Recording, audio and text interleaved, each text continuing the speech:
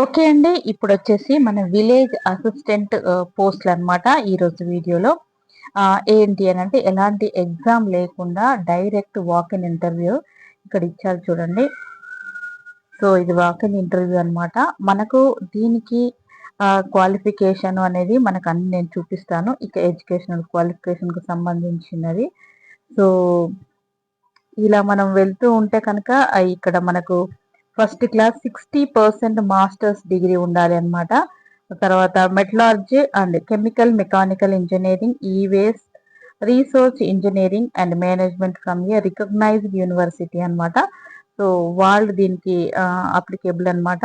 So ఇది దీనికి సంబంధించింది ఏంటంటే ప్రాజెక్ట్ సైంటిస్ట్కి సంబంధించింది. సో మళ్ళీ నెక్స్ట్ వచ్చేసి జూనియర్ రీసెర్చ్ సంబంధించిన దానికి మనకు శాలరీ వచ్చేసి అంటే శాలరీ లాంటిది ఇక్కడ మనకు ఇస్తారనమాట. దీనికి కూడా ఎంటెక్, ఎంఈ మెటలార్జ్ కెమికల్ ఇంజనీరింగ్ వాళ్ళు దీనికి అప్లికేబుల్ అనమాట. మనం పెట్టుకోవచ్చు అప్లికేషన్. సో ఇక మళ్ళీ తర్వాత ఏంటంటే ఈ టెక్నికల్ అసిస్టెంట్ పోస్టులు ఉన్నాయి కదా, ఫస్ట్ క్లాస్ అంటే బీఎస్సీ చేసిన వాళ్ళు, బీఎస్సీ ఫిజిక్స్ అండ్ కెమిస్ట్రీ చేసిన వాళ్ళు 60% మార్క్స్ ఉన్న వాళ్ళకి అనమాట. లేదు అంటే first class 60%, diploma in metallurgy chemical mechanical engineering వాళ్ళు కూడా దీనికి అప్లికేబుల్. దీనికి శాలరీ వచ్చేసి అంటే 20,000 to 26,000 అనమాట టోటల్ గా మనకు శాలరీ వచ్చేది. నెక్స్ట్ టెక్నికల్ సపోర్ట్ స్టాఫ్ అనమాట. ఇక దీనికి ఫస్ట్ క్లాస్ అంటే only ITI in metallurgy and chemical mechanical fitter వాళ్ళు కూడా దీనికి అప్లికేబుల్. దీనికి 16,000 నుంచి మనకు 20,800 వరకు శాలరీ ఉంటుంది. దీనికి ఐటీఐ చేసిన వాళ్ళు కాబట్టి మనం ఎన్ఎస్టిఐకి సంబంధించిన వీడియోస్ అన్ని పెట్టాము. సో వాళ్ళు దీనికి అప్లికేబుల్ అనమాట. అంటే ఎన్ఎస్టిఐలో ఐటీఐ చేసిన వాళ్ళు ఉన్నారు కదా, వాళ్ళు కూడా దీనికి పెట్టుకోవచ్చు. సో మనం ఇది వాక్ ఇన్ ఇంటర్వ్యూ కాబట్టి నేను చెప్పిన అడ్రస్ కి మీరు తప్పకుండా ఇది walk in interview 9 AM to 10 AM వరకు, అంటే మీరు 9 o'clock అంటే 8:30 వరకు అక్కడ ఉండేటట్టు చూసుకోండి. మీ సర్టిఫికెట్స్ సంబంధించిన అన్ని తీసుకొని వెళ్ళండి. సో ఎందుకు అని అంటే అక్కడ వాక్ ఇన్ ఇంటర్వ్యూ కాబట్టి మీరు ఒక హాఫ్ అన్ అవర్ ముందు ఉండేటట్టు చూసుకోండి. ఇక ఏజ్ రిలాక్సేషన్ అయితే ఉంటుంది కదండి, ఎస్సీ, ఎస్టీ అండ్ ఓబీసీకి సంబంధించింది. సో ఇది అన్నమాట. దీంట్లో ఉన్న పొజిషన్స్ బట్టి మనకు ఎంత ఏజ్ అనేది కూడా ఇక్కడ చూపించారు. టెక్నికల్ అసిస్టెంట్ కి సంబంధించింది.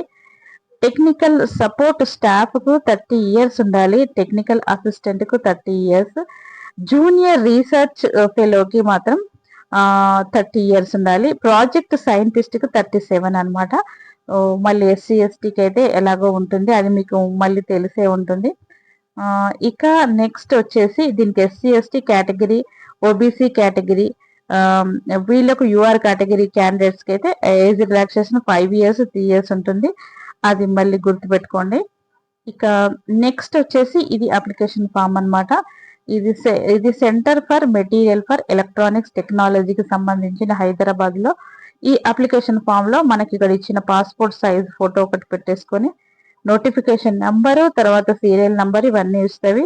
ఇక్కడ మనం UR, OBC, EWS, SC, ST అని ఉంది కదా. So name of candidate, mother's name, father's name, date of birth, as in సంబంధించిన అన్ని ఇందులో అప్లికేషన్ పెట్టుకోవాలి. పర్మనెంట్ అడ్రస్, కమ్యూనికేషన్ ఇవన్నీ జాగ్రత్తగా, టెలిఫోన్ నెంబర్, వర్క్ ఉన్న టెలిఫోన్ నెంబర్, మెయిల్ ఐడి కూడా వర్క్ ఉన్న మెయిల్ ఐడి ఇక్కడ మనము రాయాలి.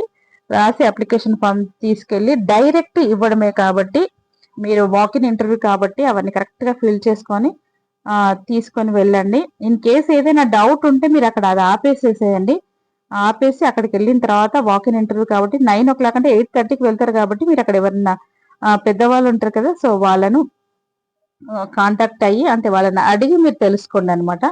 ఇక్కడ డాక్యుమెంట్ కి సంబంధించిన అటాచ్డ్ అంటే మనకున్న రెజ్యూమ్ కి ఈ అపాయింట్మెంట్ లెటర్ ఒకటి, ఎక్స్పీరియన్స్ సర్టిఫికెట్ ఒకటి, లేటెస్ట్ పే స్లిప్ అనమాట. సో ఇన్ కేస్ మీరు జాబ్ చేసిన వాళ్ళు అంటే దీనికి తెలంగాణ, ఆంధ్ర వాళ్ళు దీనికి అప్లికేషన్ పెట్టుకోవచ్చు. మీరు కనుక ఎక్కడ పెట్టాలి, అడ్రస్ ఏంటి అనే దాని గురించి వెళ్ళినట్టయితే ఇక్కడ నేను చూపిస్తాను చూడండి. Centre for material for electronics టెక్నాలజీకి సీమెట్ అనమాట. అంటే ministry of society ministry of electronics and information technology government of India.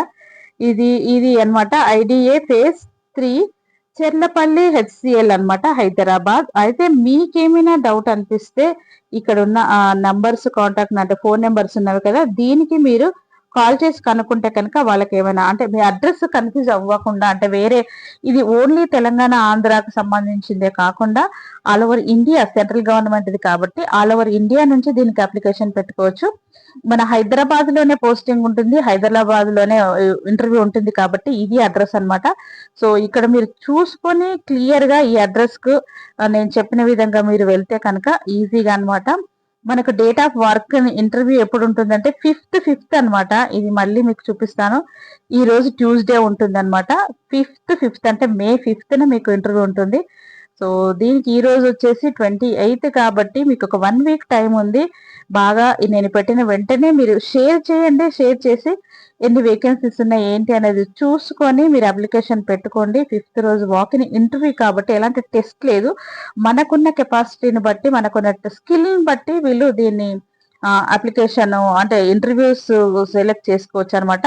So మనకున్న నాలెడ్జ్ని ఇక్కడ డైరెక్ట్ గా వాళ్ళతో మాట్లాడేసుకొని పోతే కనుక మీకు హాయిగా జాబ్ దొరుకుతుంది. కానీ ఒకటి గుర్తు పెట్టుకోండి, 9 o'clock వరకే, అంటే 8:30 వరకు మాత్రం ఉండాలి. కొంచెం లేట్ వచ్చినా కానీ వాళ్ళు రిటర్న్ పంపించేస్తారు. అదొకటి మైండ్ లో పెట్టుకొని మీకు కావాల్సిన అన్ని తీసుకొని వెళ్ళండి. సో ఆల్ ఓవర్ ఇండియా నుంచి కాబట్టి మంచి సాలరీస్ తో ఉండే జాబ్ కాబట్టి మీరు తప్పకుండా అటెండ్ అవ్వండి. మనకు ఒక 1 వీక్ టైం ఉంది. స్టార్టింగ్ సాలరీ మనకు మినిమం 26,000 వస్తుంది. ఒకటి మెయిన్, ఇంకొకటి ఏంటంటే మన ఇండియన్ సిటిజన్ అయ్యి ఉండాలి. అదొక్కటి మీరు గుర్తుపెట్టుకోండి. ఇక్కడ మన ఇండియన్ సిటిజన్ అయి ఉన్న వాళ్ళు మాత్రమే దీనికి అప్లికేబుల్ అనమాట. బయట వాళ్ళు కాదు, అదర్ కంట్రీస్ వాళ్ళు దీనికి అప్లికేషన్ పెట్టుకోవడానికి లేదు.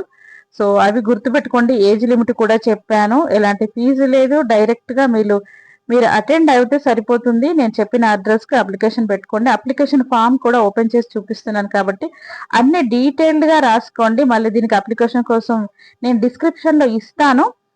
ఇదంతా మీరు 1-2 సార్లు ఏమంటారు జిరాక్స్ తీసుకొని చదువుకున్న తర్వాత జిరాక్స్ తీసుకొని అప్లికేషన్ ఫామ్ లో అన్ని ఫిల్ చేసి వెళ్ళండి. ఏదైనా డౌట్ ఉంటే మీరు తప్పకుండా అది ఆపేసి అక్కడికి వెళ్ళిన తర్వాత ఒక 1/2 అవర్ 1 అవర్ ముందు వెళ్ళండి.